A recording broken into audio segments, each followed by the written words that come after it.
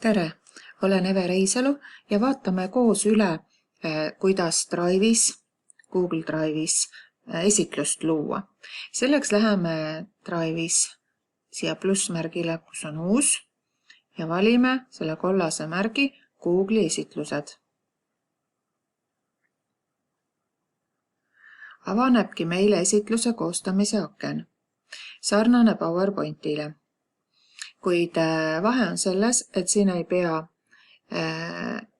salvestama, salvestub kõik automaatselt ja mõningad toimingud on siin ka erinevad PowerPointist. Hästi natukene. Avaneb avaslaid ja alati esitlusel peab olema siis avaslaid ja lõpuslaid ning ka kasutatud materjalislaid. Kui me võtame materjale näiteks internetist või võtame materjale kuskilt ajakirjandusest, kirjandusest või kuskilt muudelt salvestistelt. Kõigepealt pealkirjaks tuleb panna siis töö pealkiri. Ja ma teen praegu esitlust seente kohta. Panen siia pealkirjaks seened. Automaatselt annab ta kirjastiiliks minul siin praegu Ariali kirjastiili. Kirjastiilidest nii palju, et ühel slaidil või ühes esitluses ei ole soovitatud üle 2 erineva kirjastiili kasutada.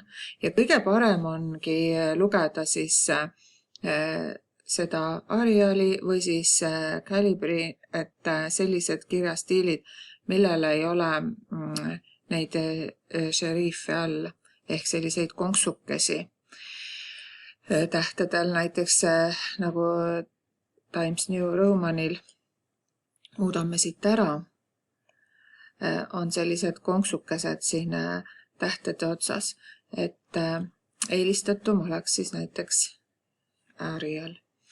Alapealkirjaks tuleks kirjutada töö autor, kes on töö koostanud.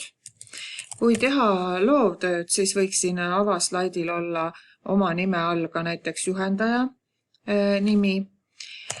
Siis võiks olla ka klassinumber näiteks. Nii. Ja jälle enteriga liigun järgmisele reale. Kõige alla siis kuupäev või siis aastaarv, millal on töö teostatud. Nagu te näete, siis kiri läks aina väiksemaks, mida rohkem ma uut rida valisin siia sama kasti sisse. Suureks saab seda teksti kas siit plussmärgist, tähendab, siis tuleb üle lohistada tekst ja plussmärgist, aga lihtsam on hetkel, et ma võtan sellest väiksest täpikesest siit kinni ja lihtsalt lohistan seda kasti suuremaks ja nüüd läks tekst ka suuremaks. Ja kui ma selle teksti peal klõpsan, siis ma näen, kui suur see kirja suurus on. Pealkirjad, nende suurused ongi suuremad ja neid me muutma ei pea, aga see tavaline tekst või siis siin alapealkirjade teksti suurus võiks olla siis alates 20. Avaslaidil võiks see olla suurem. Praegu on mul kirja suurus 28, mis on väga hea suurus. Järgmisena võiks teha ära lõpuslaidi. Klõpsan siit, kui ma plussile klõpsan, siis tuleb kohe uus slaid tema pakutud kujundusega või teemaga, aga mina valin siit selle täpikese plussmärgi alt või noolekese ja valin siit jaotise päis. Nii. Jaotise päis on siis selline, kus on pealkiri keset lehte ja lõpuslaidil tulebki kirjutada siis lõppu kas tänan või aitäh, kus tänatakse kuulajaid ja vaatajaid. Ja siin on ka see juba suurus, näete, 36, seega see võib selliseks jääda, aga me võime teha teda suuremaks. Siit praegu rebides ta suuremaks ei lähe. Nii, nüüd läks mul midagi nihkesse, siis kui midagi sellist juhtub, siis siin on võta tagasi nooleke, klõpsan siia peale. Lohistan nii. klõps on siin sees, hiirega lohistan selle üle ja teen kirja suuremaks, nii et siin slaidil ainult see sõna jääbki. Ja nagu ma alguses ütlesin, ka kasutatud materjali slaid võtan siit plussmärgi kõrval olevast noolekesest ja valin siit ülevalt 1, 2, 3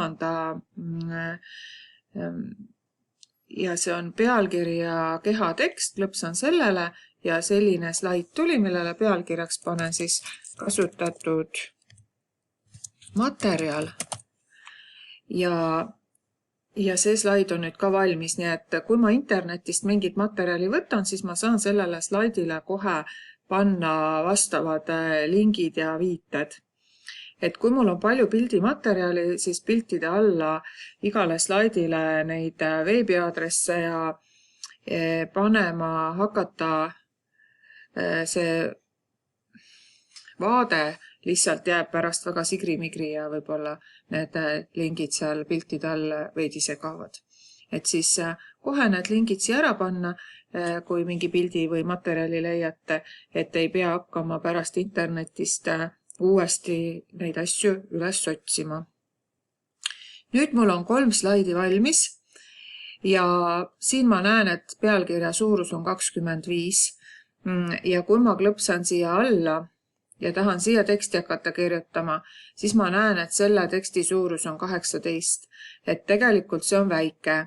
Fondi suurus ehk kirja suurus võiks olla vähemalt 20. Ideaalne oleks 24. Siin ongi 18 on väike, 24 on antud. Aga kui ma tahaks panna 20, mida siin ei ole, siis ma klõpsan, teen selle numbri, siin peab olema värviliseks tehtud ja kirjutan arvutiklaviatuuril sinna oma numbri ja vajutan Enter klahvi ehk see reavahetusklahv. Nii, ja nüüd ma sain kirja suuruseks 20. Aga kellel väga palju teksti ei ole, siis täiesti vabalt võib võtta siit jaatisest ka 24. Nii. Ja plussmärgist saab muidugi neid ka suuremaks selliseid suuruseid panna, mida siin nüüd rippmenüüs ei ole, et näiteks 21, siin 21 ei ole plussmärgist, aga ma seda saan. Nii, aga nüüd need slaidid siin kõrval vaates on vales järjekorras. Ehk alguslaid on seened, siis mul tuleb lõpuslaid ja siis on kasutatud materjal. Tegelikult võiks see lõpuslaid aitäh olla kõige lõpus. Selleks ma võtan sellest slaidist kinni, mida ma tahan muuta ja lohistan hiirega sobivasse kohta. Lasen lahti. Nii, kohe hakkame sisu looma, aga seda siis järgmises videos. Aitäh!